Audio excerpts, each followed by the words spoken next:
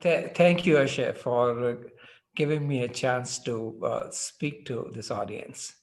Um, I think I'd like to finish not 5 minutes, but 10 minutes before, because people do need a bathroom break, and 5 minutes are not enough. Um, and I do prefer that you ask me questions as we go along. It makes it more interesting. If I speak for a long time, I am convinced you're going to fall asleep. Uh, so let me, Ashay mentioned that the topic of fintech for the poor, fintech for the bottom of the pyramid, is something that I have been struggling with for almost 2 decades. I came to India at ISB almost 15, 16 years ago on sabbatical for a year. That was the first time I was introduced to the players in the field. At that time, we didn't call it fintech, we called it microfinance because the tech was not quite there yet. And I learned everything I learned about microfinance from folks in India, people like Vijay Mahajan uh, and several people. And I remember going to a conference where I didn't understand a lot of acronyms. India is known for its acronyms. And I would listen to something and I'd talk to the person next to me and say, what does that mean? And he must have gotten a little annoyed because I was interrupting him the whole time. And he thought, what is this guy doing there knowing nothing about microfinance? But anyway, I got sucked into it. Several years later, when I came back to India, and I've been coming back to India since that time every year, Aadhaar and UID came. And I thought, we are done. This is what is going to change everything. And I wrote a blog saying financial inclusion is imminent in India. So I think almost 7 or 8 years ago. Because all the pieces were there. The digital identity was there. The banking correspondent model had started to make its roads. So I thought, since all the pieces are there, we will see financial inclusion by the year 2015 or 16 for sure. And I think I was optimistic. It wasn't there, it didn't come. And several years later in 2020, I am still not ready to declare victory. I don't think financial inclusion is there yet, especially for the bottom of the pyramid. So here's the rethink. Rethink is, why is it that despite all the pieces being there, why we don't see? So I have a maid who comes to cook for me. She's promised me dosa after this talk. When I pay her the monthly, I ask her, do you want to get paid on your phone, on your Janadhan account? And she says, no, I want cash. And I said, why do you want cash? Because with cash, I have to write you a little note that you're going to carry this cash. It could be stolen when you go home. Your son or your husband might take it from you and spend it on alcohol. Why don't you just let it go all to a bank account? And she said something which was very insightful to me. She said, I'm going to take this money, and as I step out of ISB campus, I need to buy some vegetables. How am I going to buy vegetables if I don't have cash? It suddenly dawned on me that clearly the whole ecosystem need to be there for digital payments to work. It's not enough to say you have bank accounts. Somebody needs to accept the money in digital format, and it has to be ubiquitous. I think that's what's missing. Every now and then you will find a person like a panwala who would say, I'll take GPay. So when I go out with my colleagues, they like to buy one cigarette at a time, not because they can't afford a full pack, because they're trying to limit their consumption. So they buy 1 or 2 cigarettes at a time. and the guy is happy to take GPay. So you see that.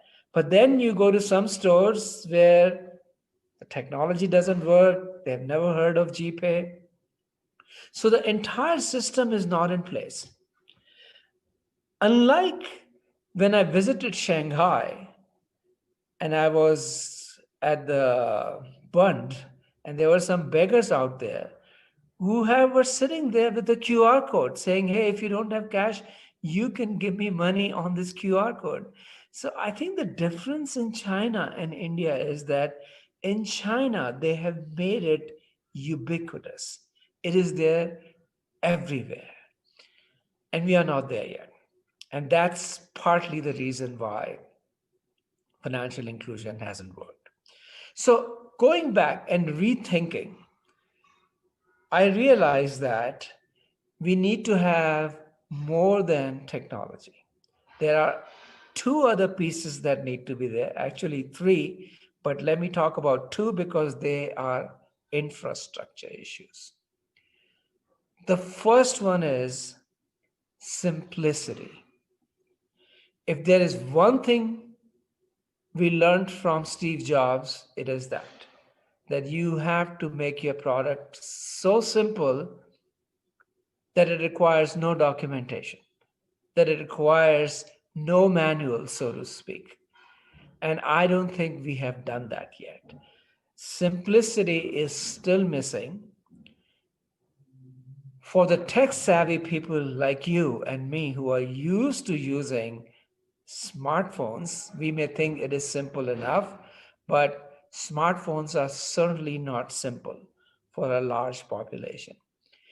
They are not even simple for educated middle class that is older. So when I ask my brother, hey, do you use Uber? And he says, no, I don't want to use a smartphone. There is some degree of people being intimidated by technology. So I think we need to attack that. The second issue is trust. And I think this is the key issue beyond simplicity. The poor are not willing to deal with their money if they don't trust that the technology at the back is going to work. So how are we going to generate trust? So I think our new products have to have this other phase in it where if I send 300 rupees or 500 rupees to my mother in Bihar, I have to feel trust that the money actually did reach her. And I cannot wait for a day or two for confirmation. I need a confirmation right away. Now, some of you are saying, but of course there is a confirmation right away. Whenever you do something, they send you an SMS. SMS is intimidating. A lot of people do not want to read SMS. They cannot decode SMS. So what we think is simple is not really simple for a large population. So I am going to talk about 2 or 3 products that have come into place that are in the process. They are going to attack these issues. And I think that is going to make a big difference. So simplicity. I think we need to switch to voice rather than having to read and write. Voice gets around the issue of language. It gets around the issue of having to decode messages. Voice also has this human quality where when you hear something, maybe on the phone or maybe in person, a human voice, it makes you feel that somebody out there is listening to me. So I'm going to give you 2 examples of products that are in place that are trying to use voice. One of them is a product called Missed Call Pay. The person who has started this told me about this idea a couple of months ago, and it's very simple. This is how it goes. Let's say you go and get nariyal pani at a stall. Now, you could make a GPay payment through your this thing, or a Paytm if that person has Paytm. But as I said, that requires a smartphone and it is complicated.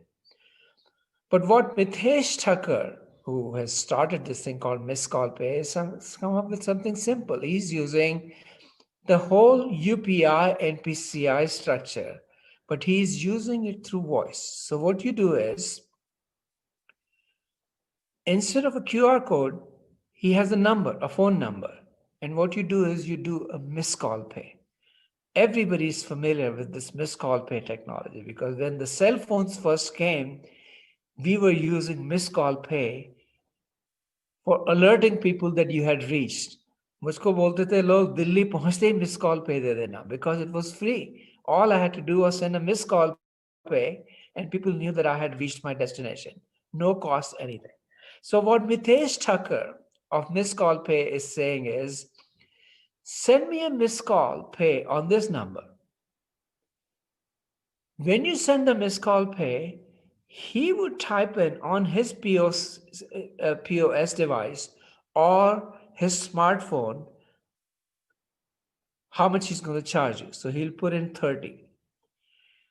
The phone number that is associated with your bank account will now get a ping that you are trying to withdraw 30 rupees from that person's account.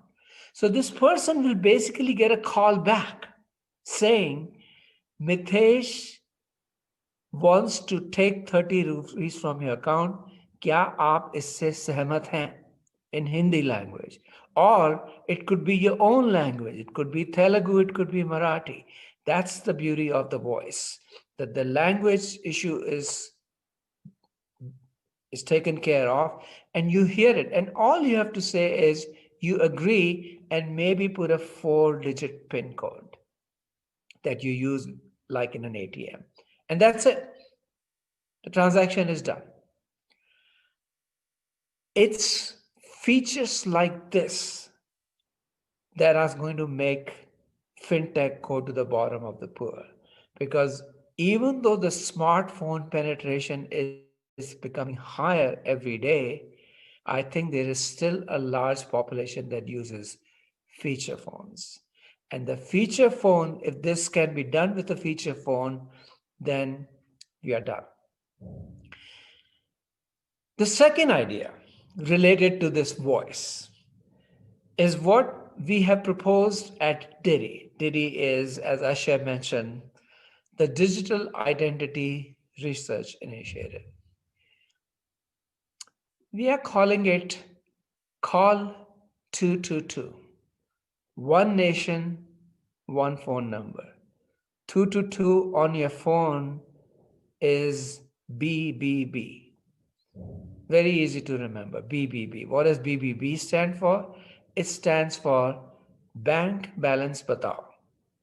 So, like you have 100 for police and 101 for fire, if you dial BBB, all it's going to do, this is a one-trick pony, all it's going to do is tell you the account that is associated with the phone number, the Janadhan account that is associated with it, what is the bank balance? That's all.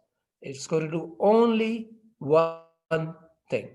You call BBB, usually the bank sends you an SMS, but what we are developing here is we'll convert that SMS into a voice message and it will say, आपके account में 5,320 रुपए है. That's it. Very simple. What does it do? Well, first of all, it's very simple to remember, BBB, and once you get it, you'll never forget it. So you don't have to remember कि मेरे bank का number क्या है.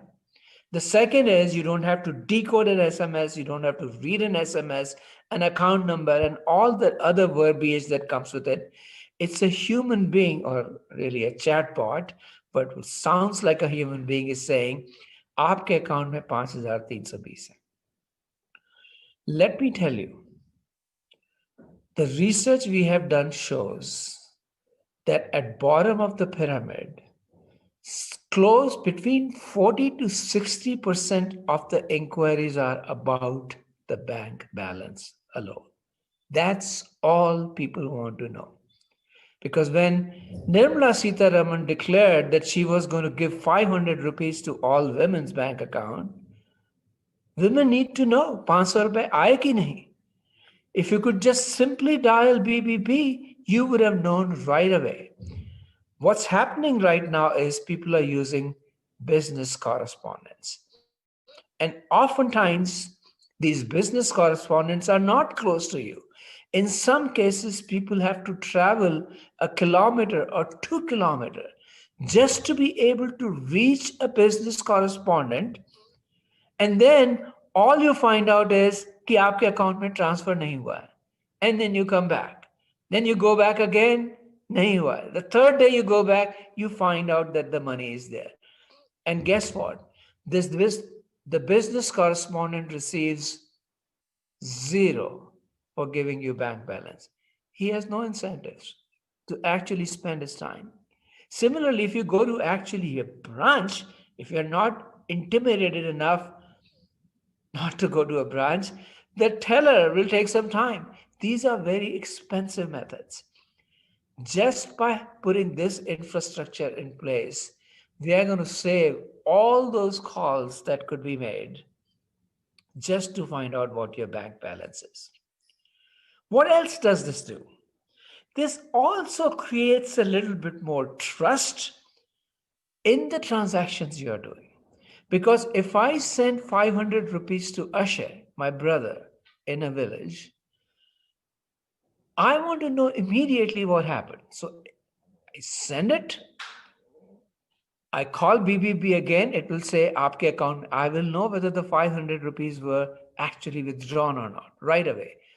And Ashay can call from his phone BBB and he will know that 500 rupees were deposited. Very simple. I think if I can get immediate confirmation that the transfer actually took place, this is going to go a long way. So again, this is an idea for simplicity. The second idea that I wrote an op-ed piece about, and I've been talking to banks now, is to generate human interface. I think in a zeal for technology, we are forgetting that a lot of comfort comes from talking to a human being. We are going to suggest to banks, State Bank of India and other top banks, that instead of doing these services in a bank branch, we need to do these services where people are, in kirana stores, in pharmacy stores, maybe a walking teller. I came up with this idea that we need to have digital DDs all over the place. Digital DDs are young women, high school, college going women who understand technology, who carry cell phones with them, but they become part of a bigger umbrella, let's say the State Bank of India. What they can do is they can allow a person to do a digital transaction on his or her behalf. So if I see a digital Didi who might be wearing a uniform or a badge or an ID, I can just approach that Didi and say, मुझे ये 500 रुपए ऐसे मेरे भाई को भेजने हैं, can you help me? Because I don't know how to do it myself. What the Didi would do is just take out her cell phone and using my thumbprint, Aadhaar enabled payment system, AEPS, she can do that transaction on my behalf. All it requires is a cell phone. I don't need new technology. I don't need new devices. Plus, because Didi is associated with State Bank of India, there's going to be accountability that this transaction was done with the help of this particular Didi. So nobody's going to run away. Over time, Didi is also going to teach me how to do it myself if I have the cell phone.